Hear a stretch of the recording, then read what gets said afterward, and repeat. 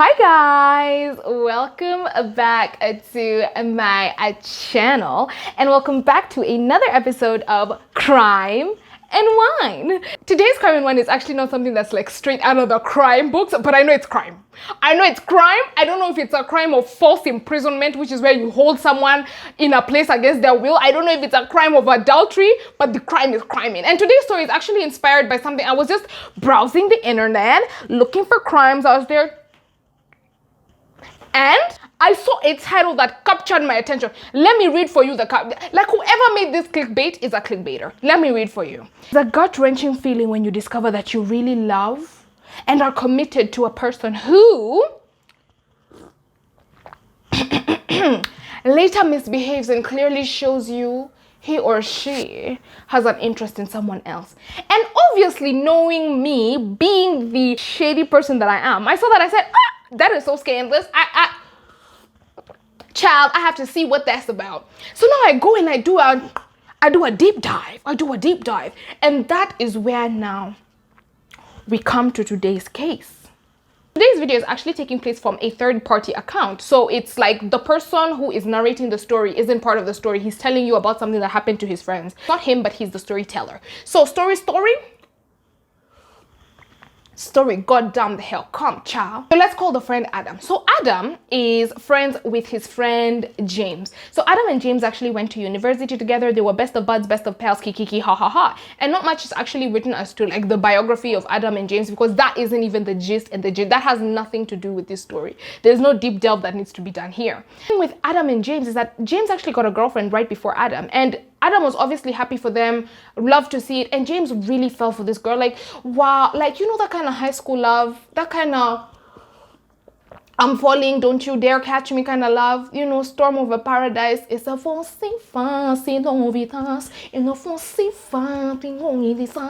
that kind of love that you feel like everything is in slow motion. That's the kind of love James fell into. He was really in love. And let's call the girl who he fell in love with Joanne. Let's call her Joanne.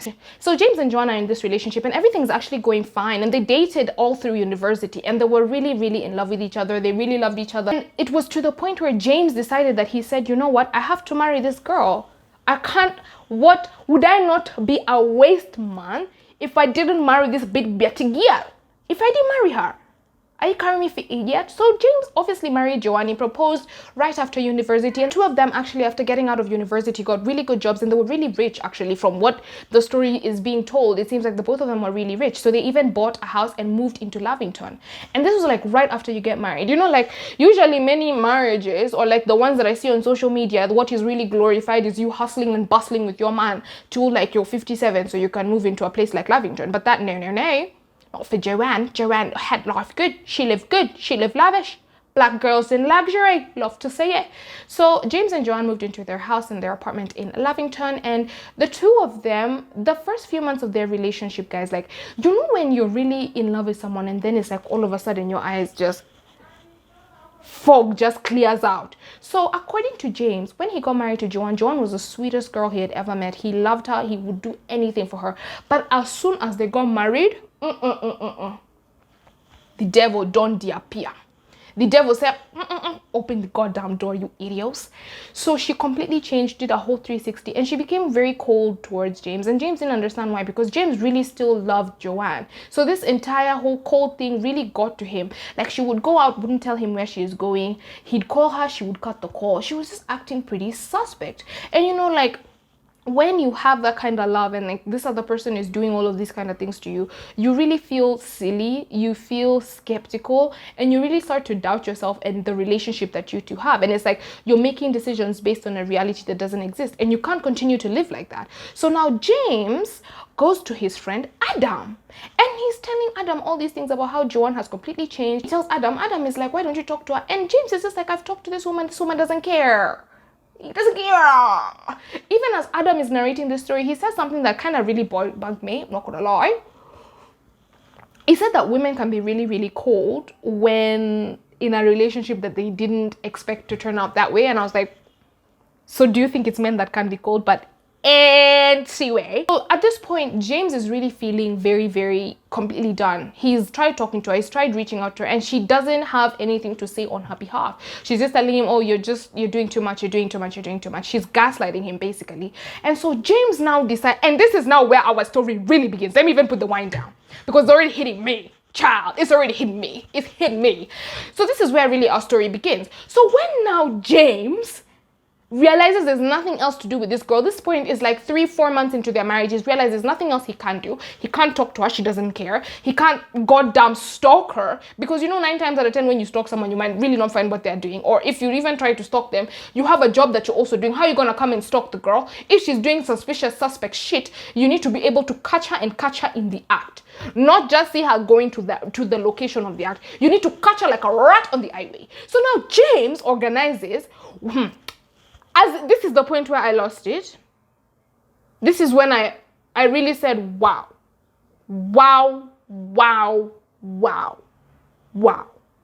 So now James goes to this place called the Kigwa Doctor's Services.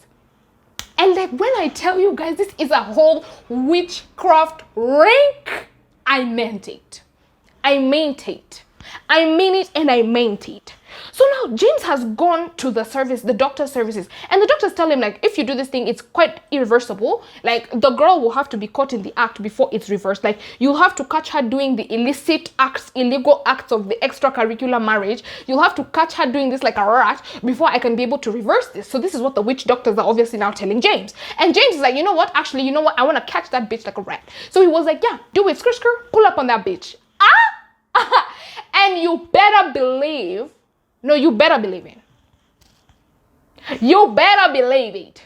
That now Joanne went to cheat on James. She went, private hotel room manenos. And as her side nigga just slaughtered it like this, as her side man just into her, I'm telling you, he couldn't get out. He was trapped in the pussy. He was trapped in the punan. He was trapped in the goddamn punan. Are you dead? Are you dead? Are you dead ass? That must be a crime. You know what? Let's actually pause this story. Can you? No, because can you actually, it had to now be a matter of national embarrassment, because it was on the national news. Because let me tell you one thing about Kenyans: when they catch you in such a situation, they're gonna call NTV, they're gonna call Citizen, they're gonna call Koibis, they're calling everybody and their father and mother to come and witness the kind of stupid embarrassment you've decided to embarrass your ancestors with. Everybody was called there. Guys, if you even go online, it was so disgraceful.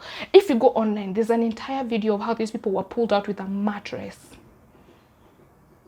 with this man stuck inside this lady, because these men and women went to cheat, but this lady's husband said, not on my goddamn watch. And he literally, do you know, I actually researched this, and this is an actual thing. It's called penis captivus, but it's like, it doesn't occur that often naturally, and usually it occurs in Africa, and 9 times out of 10 there's always a story of he was cheating, the wife went to the witch doctor, or the husband went to the witch doctor, and this happened. So now this is now what I want to pause the story there, because I want to pause the story right there and ask you, if somebody falsely imprisoned you in somebody else's body, what would you do?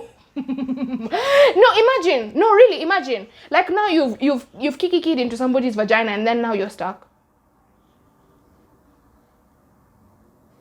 What are you gonna do? What are you gonna say about it? Where are you even going to begin to talk about it? Guys, like this story had me completely done. And the funniest part is that this witch doctoring service it's actually a popular witch doctoring service in Kenya, that they have an entire website. Please, I'll link it down below so you can go and see. I'll link it down below. And in their vision or their mission statement, be their motto, it really says that if you have marital problems, you can solve them. This is how you are solving them. Is this how you're solving my marital problems? by making my husband get stuck into another bitch's punan because he cheated. Like, does this make sense? Like, guys, like, what kind of continent is this? What kind of continent? No, for real, I want a proper answer in the comment section. What continent are we living in? Actually straight out of a movie. Like, this is straight out of, it's not even straight out of Pornhub at this point. Like, I don't know what this is. This is the ghetto. This is the ghetto. Because at this point, I have to believe that Jesus will come collect us one day. Because if I don't, how will I make it through? How will I live on this earth? Anyway, guys, please comment down below your comments. Tell me what you think of this video. Tell me what you thought of this video. Would you like me to continue with the kind of like local kind of crimes? It's like not really a crime, but it's like it has an element of a crime to it. Please comment down below if you would like that. Also, like, share, and subscribe if you want my channel to grow. And it also really helps me know what kind of content you guys want to see and what kind of things you want to be seeing from me. So yeah, I'll see you guys in my next one.